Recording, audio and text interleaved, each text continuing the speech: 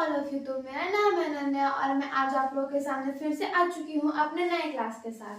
तो आज है हमारा फिर से साइंस का क्लास फ्रिक्शन, जिसमें हम लोग क्या पढ़ रहे हैं, फ्रिक्शन। और आज है हमारा पार्ट 6 है आज हमारा, क्योंकि पार्ट 5 मैंने आज ही अपलोड किया है और आज मैं पार्ट 6 शूट कर रही हूँ। ठीक है, तो तो अगर आप लोग अभी तक पार्ट 1, पार्ट 2, पार्ट 3, पार्ट 4 या पार्ट 5 इन चारों पांचों में से अगर कोई नहीं देखा है तो पहले इन सब को जाकर देखिए, क्योंकि अगर आप लोग पीछे वाला पहले नहीं देखेंगे तो आपको पीछे वाला क्लियर नहीं होगा और जस्ट आप आगे देखोगे तो आगे कुछ समझ नहीं आएगा।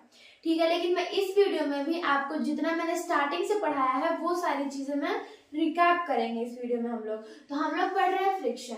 तो फ्रिक्शन की पहली बात हम लोग हर वीडियो में जिस तरीके से रिकैप करते हैं उसी तरीके से हम लोग इसमें पहले क्या देखेंगे, इसमें हम लोग पहले देखेंगे उसका डेफिनेशन, क्योंकि मेन चीज फ्रिक्शन में यही है कि कोई भी इंसान पूछेगा तो आपको फ्रिक्शन के बीच से उठा के नहीं पूछ सकता, डायरेक्ट वो पूछेगा कि फ्रिक्शन होता क्या है, हमको तुम ये बताओ। तो क्या बोलना है, the force that resist motion, सिर्फ 5 word, the force that resist motion. बस मैंने आप लोगों को 5 वर्ड बताया है इसका डेफिनेशन।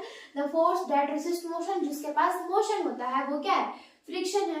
और फ्रिक्शन हमेशा क्या होता है, उल्टा काम करता है। और फ्रिक्शन क्या है, बहुत पावरफुल है, ये प्रेसिडेंट है हमारा, क्योंकि इसके पास इतना पावर है कि अगर कोई भी ऑब्जेक्ट मूव कर रहा है तो वो उस ऑब्जेक्ट को क्या कर सकता है, रोक सकता है। तो फ्रिक्शन क्या करता है, हमेशा अपोजिट में वर्क करता है। ठीक है, और तीसरी बात यह है कि फ्रिक्शन को होने के लिए हमारा जो भी ऑब्जेक्ट होगा उसको कांटेक्ट में रहना जरूरी है। मतलब कोई भी ऑब्जेक्ट दो सरफेसेस के कांटेक्ट में जब तक नहीं रहेगा तब तक हमारा फ्रिक्शन होगा ही नहीं। वो कहेगा मैं नहीं रहूंगा यहाँ, क्योंकि वो जो ऑब्जेक्ट है वो कांटेक्ट में है ही नहीं, तो मैं क्या करूंगा यहाँ। तो इसलिए फ्रिक्शन वहां नहीं होता है। लेकिन जहां तक हम लोग ध्यान दें तो अधिकतर चीजें जो होती है वो दो सरफेसेस के कांटेक्ट में ही होती है। ठीक है, और फिर हम लोगों ने देखा था टाइप्स ऑफ फ्रिक्शन। इसके पहले हम लोगों ने देखा था कि कहाँ पे फ्रिक्शन इंक्रीज किया जाता है, कहाँ पे डिक्रीज किया जाता है। तो रफ सरफेसेस पे फ्रिक्शन ज्यादा लगता है और स्मूथ सरफेसेस पे फ्रिक्शन कम लगता है। और हम मटेरियल में देखेंगे तो रबर टाइप के जो मटेरियल होते हैं, जो चीजें फ्लेक्सिबल होते हैं, तो उन सब में फ्रिक्शन क्या लगेगा, ज्यादा लगेगा। किसके मुताबिक, वुड और ग्लास के मुताबिक। तो ये था मटेरियल के ऊपर। ठीक है, मटेरियल हो गया। और हम पढ़ेंगे टाइप्स ऑफ क्या, फ्रिक्शन। तो there are 3 types of friction. पहला स्टैटिक फ्रिक्शन। स्टैटिक फ्रिक्शन क्या कहता है कि मैं तो रेस्ट में रहूंगा भाई, मैं रेस्ट में हूँ, और तुमको मतलब कोई बड़ा ऑब्जेक्ट होगा और अगर उसको हम लोग को यहाँ से वहां लगाना है तो वो जो ऑब्जेक्ट रेस्ट में है तो वो क्या होगा, स्टैटिक फ्रिक्शन में जाएगा। लेकिन स्टैटिक फ्रिक्शन ये भी कहता है कि तुम पहले इनिशियल फोर्स लगाओ फिर ही मैं यहाँ से वहां जाऊंगा।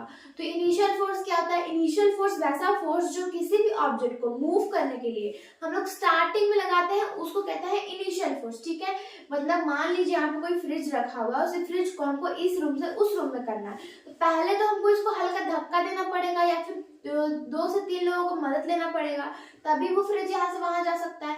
तो वो करने के पहले का जो हम लोग फोर्स लगाते हैं, पहले का जो फोर्स हम लोग का लगता है वो फोर्स क्या कहलाता है, स्टैटिक फोर्स। और स्टैटिक फोर्स ये भी कहता है कि अगर तुम अकेले किसी भारी चीज को हटा रहे हो तो तुम्हारा फोर्स बहुत कम लगेगा। क्यों, क्योंकि स्टैटिक फोर्स क्या करता है, उसको हटाने का ट्राई करता है। वो उस फोर्स को जो तुम लगा रहे हो उसको क्या करता है, हटाने का ट्राई करता है, अपने पास लेने का ट्राई करता है।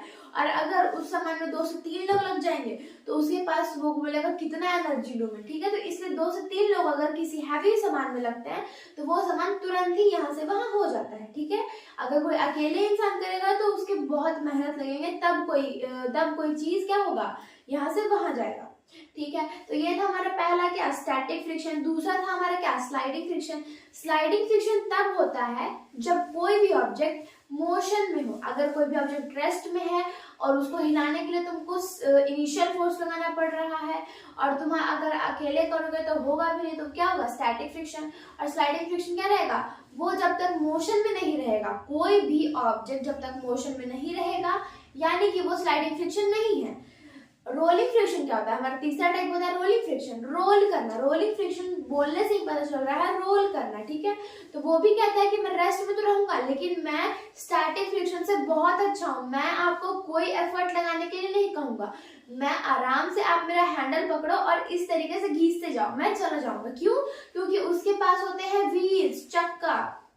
रोलिंग फ्रिक्शन में बहुत स्पेशल मतलब जो कॉमन एग्जांपल हो सकता है वो है व्हील्स। अगर हम लोग किसी भी चीज में व्हील्स लगा देंगे तो वो व्हील्स जो होता है वो रोल करते हुए खुद ब खुद क्या अपने जगह पे चला जाएगा। बस हम लोग को उस पर क्या करना होगा, बहुत आसानी से हम लोग उसको हटा देंगे। ठीक है, तो ये था हमारा क्या रोलिंग फ्रिक्शन। अब हमने एडवांटेजेस और डिसएडवांटेजेस देखे थे। एडवांटेजेस क्या था, एडवांटेजेस था कि फ्रिक्शन से हम लोग चल सकते हैं, फ्रिक्शन से हम लोग लिख सकते हैं। डिसएडवांटेजेस था कि फ्रिक्शन क्या करता है, इंजन ऑयल्स को मतलब इंजन में हम लोग को ऑयल डालना पड़ता है, क्योंकि अगर इंजन में ऑयल नहीं डालेंगे तो वो बहुत हीट प्रोड्यूस करेगा। ठीक है, और इंजन में अगर हम लोग ऑयल करेंगे, उसको लुब्रिकेट करेंगे, तब वो ठीक से काम कर सकता है। ठीक है, तो ये था हमारा यहाँ तक का क्लास में जो हमने पढ़ा था। जो भी हमें मैंने ये पॉइंट्स बताए हैं जो बहुत इंपॉर्टेंट है, जो आपके दिमाग में हर हमेशा घूमते रहने चाहिए। मैंने बस यही पॉइंट्स बताए हैं। तो आज हम लोग आगे बढ़ने वाले हैं, और इस टॉपिक को बताने से पहले मैं ये बता दूं कि ये टॉपिक जो है ये ऐसा टॉपिक है कि आपको लगेगा कि ये हमारा फ्रिक्शन का टाइप है, लेकिन ऐसा नहीं है। अगर आपको मेनली पूछा जाए तो फ्रिक्शन का कितना टाइप होगा, तो 3 टाइप होगा, स्टैटिक, स्लाइडिंग, रोलिंग। लेकिन इसको भी अगर बोल सकते हैं, अगर आपको एकदम डीप बताना होगा फ्रिक्शन के बारे में तो ये हमारा टॉपिक है फ्लूइड फ्रिक्शन। फ्लूइड फ्रिक्शन हमने इसको शायद फोर्स में भी पढ़ा था। फ्लूइड का मतलब क्या होता है, फ्लूइड क्या होता है ना, फ्लूइड मतलब हम लोग लिक्विड कह सकते हैं। फ्लूइड मतलब लिक्विड या फिर गैस। ठीक है, तो यहाँ लिखा हुआ है fluid are substances that flow. Flow क्या करेगा, फ्लो तो पानी ही कर सकता है, लिक्विड ही कर सकता है, गैस ही कर सकता है। This includes both liquid like water, oil, water या ऑयल लिक्विड हो गया, and gases like air, oxygen. They have no fixed shape. अब मैं अगर आपसे पूछूं कि पानी या फिर गैस का कोई फिक्स्ड शेप होता है, बिल्कुल नहीं होता है। कैसे नहीं होता है कि अगर हम इसमें मान लेते हैं कि अगर मैं इसमें पानी भरूं तो इतना समय भरेगा, और अगर इसी की जगह इतना बड़ा मैं वो ले आऊं ग्लास और उसमें पानी भरूं तो पानी वही रहेगा, बस उसका शेप चेंज हो रहा है। हम लोग उसको जिस शेप के कंटेनर में रखेंगे वो उस शेप में ढलता चला जाएगा। ठीक है, और अगर मान लीजिए गैस को ही, तो गैस सिलेंडर में उसके शेप में होता है और अलग जगह पे वो अपने शेप में होता है। तो बहुत सारी चीजें अलग है, उन लोगों का कोई भी फिक्स्ड शेप होता ही नहीं है। and can move around object. They have no fixed shape and can move around object. और ये ऑब्जेक्ट को मूव करने देते हैं। पानी पे भी तुम ऑब्जेक्ट को मूव करोगे तो वो जाएगा, पर डर किसको होगा, तुमको, क्योंकि तुम उस पानी पे फिसल सकते हो बिकॉज ऑफ फ्रिक्शन। क्योंकि स्मूथर सरफेस पे फ्रिक्शन क्या होता है, बहुत कम होता है। ये पॉइंट ध्यान देना है। आपसे जो भी लोग होंगे, जो भी नॉलेज जिनके पास होगा, वो आपसे डायरेक्ट ये नहीं पूछेंगे कि तुम मुझे फ्रिक्शन के पॉइंट्स बता। वो तुमको जनरली कोई एग्जांपल देंगे। वो बोलेंगे कि अगर यहाँ पे मैंने पानी गिरा दिया, अगर तुम उसको वहां जाना है तो क्या तुम गिरोगे, तो आपको बोलना है कि नहीं, मैं गिरूंगा, वो भी किसकी वजह से गिरूंगा, फ्रिक्शन की वजह से। तो ये चीज जो है आपको दिमाग में रखनी है। मतलब आप जो चैप्टर पढ़ो वो अपने दिमाग में फिक्स रखो, ताकि आप उसको कभी भूलो ही ना। ठीक है, तो ये क्या है, shape and can move around object, और ये किसी भी ऑब्जेक्ट को मूव करने देता है। इसके हम लोग 2 पॉइंट्स और पढ़ेंगे, तो पहले आप लोग इसका स्क्रीनशॉट ले लीजिए। अब हम लोग देखेंगे इसका 2 और पॉइंट है जो कि बहुत अच्छे पॉइंट्स है, तो वो हम लोग देखेंगे।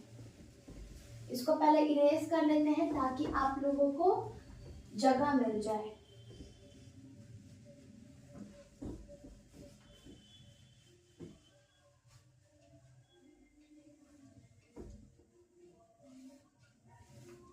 तो होगा यहाँ पे व्हेन एन ऑब्जेक्ट, जब भी कोई object, when an object move from fluid, fluid से मूव करता है। ठीक है, मूव फ्रॉम फ्लूइड, लिक्विड या गैस, फ्लूइड, दे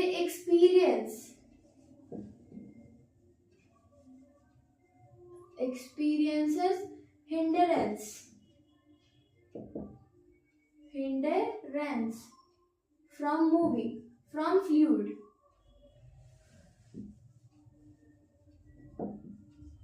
अब मैं यहाँ पे आपसे एक क्वेश्चन पूछूंगी कि हिंड्रेंस का मतलब क्या होता है। इसका मतलब मैंने आपको कल भी बताया था कि हिंड्रेंस का मतलब क्या होता है।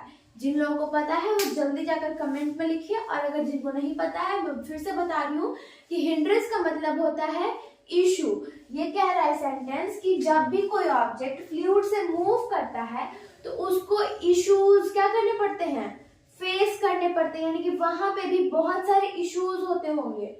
देखिए जैसे अगर पानी रहेगा तो वहां पे क्या होगा, फिसलने का डर रहेगा, गैस रहेगा तो और कोई प्रॉब्लम हो सकता है। यानी कि फ्लूइड फ्रिक्शन से भी मूव करना किसी ऑब्जेक्ट को कोई हल्का काम नहीं है, वो भी एक हार्ड टास्क है। और इसका दूसरा पॉइंट है fluid friction, sorry this type of fluid friction, this type of fluid friction is also called क्या, is also called fluid friction या drag। drag मतलब भी हमारा fluid friction ही होगा, ठीक है। बस इसके दो नाम होते हैं, फ्लूइड फ्रिक्शन और ड्रैग। तो ये सेंटेंस तो आपको समझ आ ही गया होगा कि फ्लूइड फ्रिक्शन को हम लोग दो नाम से बुलाते हैं, ड्रैग, ठीक है। तो ये कुछ दो पॉइंट्स हैं जो कि बहुत इंपॉर्टेंट है, तो आप लोग इसका स्क्रीनशॉट ले लीजिए। तो अब हम लोग देखेंगे इफेक्ट्स। तो इफेक्ट्स क्या है, what affects fluid friction, fluid friction को क्या क्या चीजें अफेक्ट कर रही है। तो पहला है हमारा shape of the object, object के शेप के हिसाब से भी फ्लूइड फ्रिक्शन क्या होता है, डिक्रीज या फिर इंक्रीज हो सकता है। तो स्ट्रीमलाइन शेप, स्ट्रीमलाइन शेप का मतलब हुआ कुछ यूं, मतलब कि थोड़ा गोल टाइप में, ठीक है। जैसे में एयरप्लेन्स को देख लीजिए, कार्स हो गया, बर्ड्स हो गया, बोट्स परफेक्ट एग्जांपल है। वो कुछ यूं इस तरीके का रहता है, मतलब इधर से ऐसे जाकर ऐसे रहता है, ठीक है। तो वो स्ट्रीमलाइन क्या हुआ, शेप हुआ। रेड्यूस फ्रिक्शन, जो स्ट्रीमलाइन शेप होती हैं वो फ्रिक्शन को क्या करती है, कम करती है, रिड्यूस करती है। By allowing fluid to flow smoothly, वो कहते हैं कि फ्लूइड तुम आराम से स्मूथली फ्लो करो, हमको कोई दिक्कत नहीं है। इस वजह से जो हमारा फ्रिक्शन है वो स्ट्रीमलाइन शेप में क्या होता है, कम होता है। अगर हम लोग कोई स्क्वायर शेप का कोई भी चीज रहेगा, वहां से कहेंगे कि फ्लूइड फ्रिक्शन को जाने दो, तो नहीं जाने देंगे, क्योंकि स्क्वायर शेप इस तरीके से रहता है। फ्लूइड फ्रिक्शन ऐसा आएगा वो स्क्वायर में टकरा जाएगा, ठीक है। तो इसलिए स्ट्रीमलाइन जो रहेगा तो उसके अगल बगल से वो स्मूथली क्या कर सकता है, पास कर सकता है। इसलिए कहते हैं कि फ्लूइड फ्रिक्शन क्या करता है, सॉरी स्ट्रीमलाइन फ्रिक्शन क्या करता है, फ्रिक्शन क्या करता है, रिड्यूस करता है, फ्रिक्शन को कम करता है। फॉर एग्जाम्पल में लिखा हुआ है फिश, मछली, birds, airplanes, cars and boats, ठीक है। तो ये था क्या, व्हाट इफेक्ट्स का पहला था शेप ऑफ द ऑब्जेक्ट। आप लोग पहले इसको स्क्रीनशॉट ले लीजिए। अब हम लोग देखेंगे स्पीड ऑफ द ऑब्जेक्ट, यानी कि ऑब्जेक्ट के स्पीड के हिसाब से किस तरीके से जो है वो फ्रिक्शन जो हमारा कम होता है, ठीक है। तो पहले हम लोग इसको इरेज कर लेते हैं।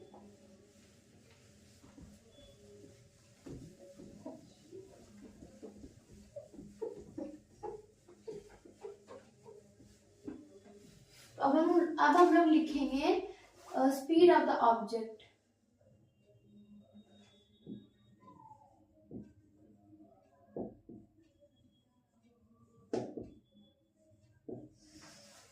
So object that speed is higher, that speed is higher, experienced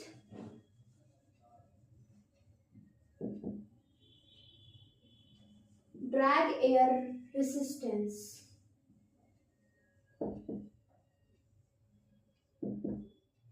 उन लोगों को एयर रेजिस्टेंस क्या करना पड़ता है, फेस करना पड़ता है। इसका एग्जांपल हो सकता है when cyclist faces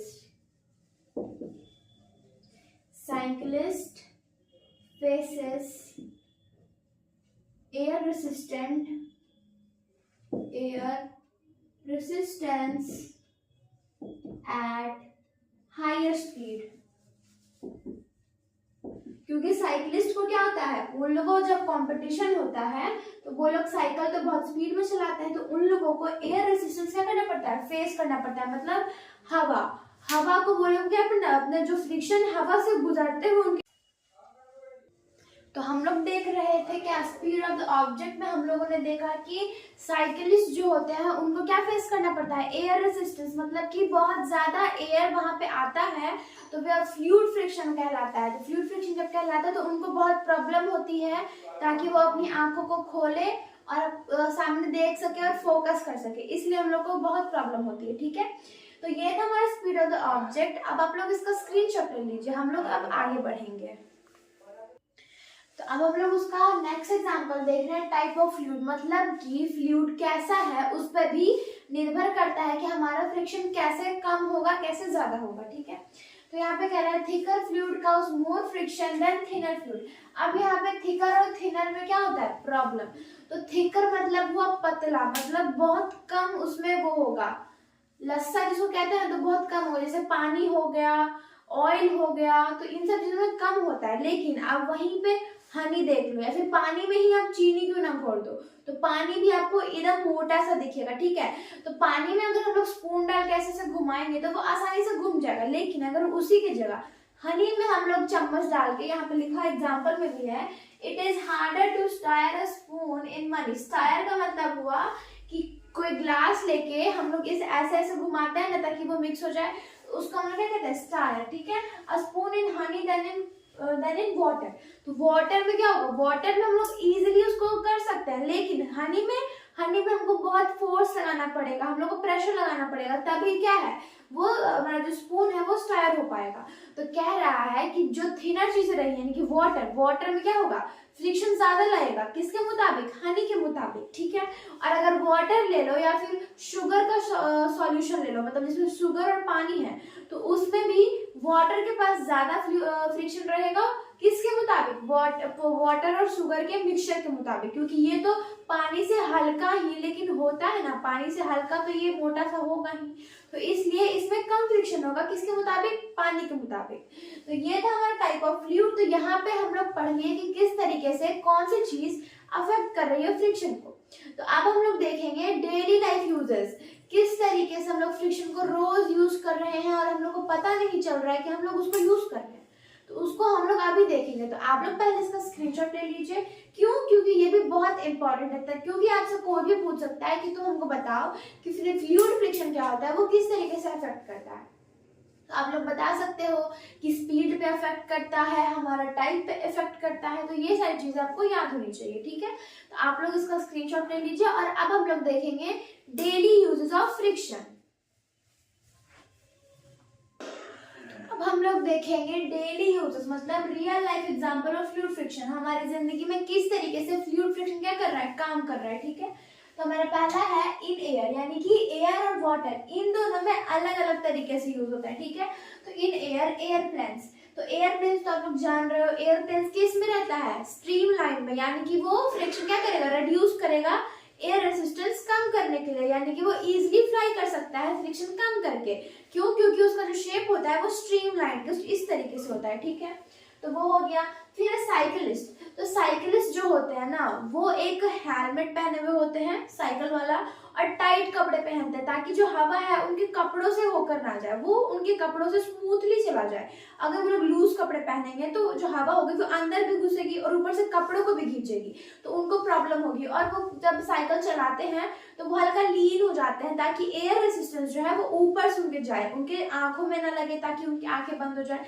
लीन का मतलब वो हल्का झुक के, मतलब यहाँ उनका वो है तो वो इस तरीके से होकर चलाते हैं। ठीक है, ताकि उनका फ्रिक्शन जो है वो ज्यादा, जो फ्रिक्शन ज्यादा ना हो जाए इस वजह से। ठीक है, साइकिलिस्ट हो गया। फिर स्काई डाइवर्स, स्काई डाइवर्स मतलब हवा में उड़ते हैं ना वो लोग, जो पैराशूट्स लिए हुए रहते हैं ताकि फ्रिक्शन जो है वो इंक्रीज हो सके और वो बाद में सेफली अपना लैंड कर सके जमीन पे। ठीक है, डिसेंट हो सके। जब डिसेंट करते हैं ना तो पैराशूट्स की वजह से ही वो लोग सेफली नीचे आ पाते हैं, और अगर उसके जगह कुछ और लेंगे तो वो सेफली नीचे नहीं आ पाएंगे। भले वो उड़ जाएंगे जरूर, लेकिन नीचे आना बहुत मुश्किल होगा। और पैराशूट जो है वो हमारा फ्रिक्शन इंक्रीज भी करता है, तो जब वो फ्रिक्शन इंक्रीज करेगा तो हमारा जो पैराशूट है वो हम लोग को और भी ऊपर ले जाएगा, और हम लोग और भी ऊपर जाके क्या करेंगे, एंजॉय कर सकेंगे। इसलिए स्काई डाइवर्स जो होते हैं वो यूज करते हैं क्या, पैराशूट। ठीक है, तो ये तो हो गया हमारा एयर का।